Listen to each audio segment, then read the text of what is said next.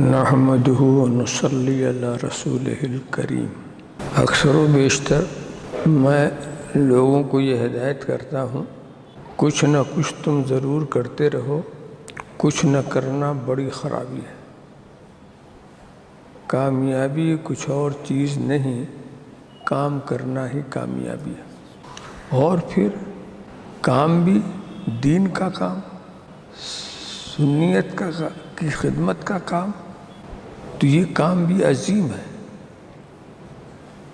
اور اس کام کے کرنے والے بھی صاحب عظمت ہیں۔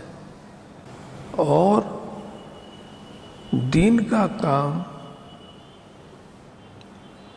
انسان کی کیا بساط ہے کہ وہ کرے، یہ تو رب تبارک و تعالی جس سے چاہتا ہے دین کا کام کرا لیتا ہے۔ تو اب اگر دین کے کام کی توفیق آپ کو دل میں پیدا ہوئی تو یہ سمجھ لینا چاہیے کہ اللہ کا فضل تمہاری طرف دیکھ رہا، اور اسی فضل کی وجہ سے آپ دین کے کام کی طرف رجحان پیدا ہوتا ہے۔ آج کام کے اتنے گوشے ہیں، اتنے طریقے ہیں کہ وہ بھی شمار میں نہیں آ سکتے، اور ساری دنیا میں کام آپ کرنا چاہیں تو اس کے لیے میڈیا جو ہے یہ بہت بڑی چیز ہے۔ اس کا صحیح استعمال جو ہے اس سے بڑے اچھے نتائج دکھاتا ہے۔ تو ہماری بے پناہ خوشی و مسرت کا سبب ہے کہ پورے عزم و ارادے کے ساتھ مولانا سید شوکت علی بابو اپنے گروپ کے ساتھ اشرفی چینل کے نام سے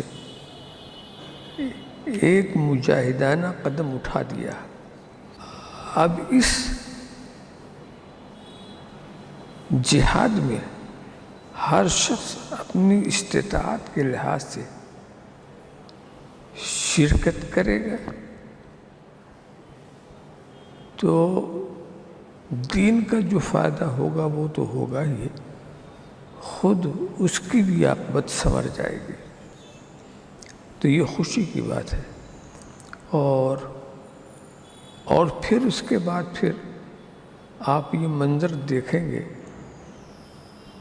اس اشرفی چینل اس کا نام ہے کہ اشرف کا دو جہاں میں ہے جھنڈا گڑا ہوا ہے، اشرفی فقیروں کا میلہ لگا ہوا۔ اور یہ عجیب بات ہے، ایک طرف اشرفی اور ایک طرف فقیر۔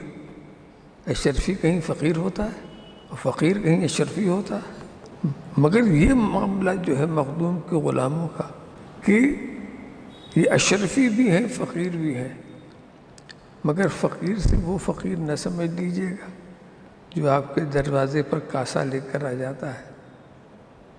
یہ محتاج ہے رب کریم کے، یہ محتاج ہے اپنے بزرگوں کی عنایات کے۔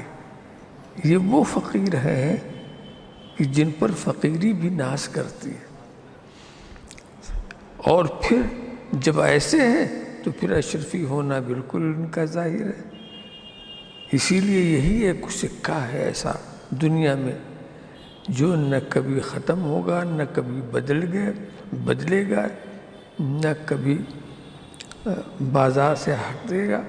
یہی سکہ ہمیشہ چلے گا، ہمیشہ چلے گا۔ اب آپ اس دین کی اس خدمت میں جتنی شرکت کر سکیں کریں، یہ آپ کے لیے سعادت کا باعث ہو گئے۔ ظاہر ہے اپنے ظاہر ہے کہ جو آدمی خدمت کرے گا تو حسب استطاعت حسب حیثیت ہی کرے گا، تو وہ آپ کرتے رہیں، اس کو فروغ دیتے رہیں، اس کو آگے بڑھاتے رہیں۔ اس میں اور نقطۂ نظر اخلاص کے ساتھ ہو کہ صرف دین کی خدمت اور اللہ رسول کی رضامندی کے حصول کے لیے آپ نے دین کی خدمت کا یہ انداز اختیار کیا اور رب تبارک و تعالیٰ آپ سے کام لیتا ہی ہے، لے ہی رہا ہے اور انشاءاللہ اور بھی لیتا ہی رہے گا۔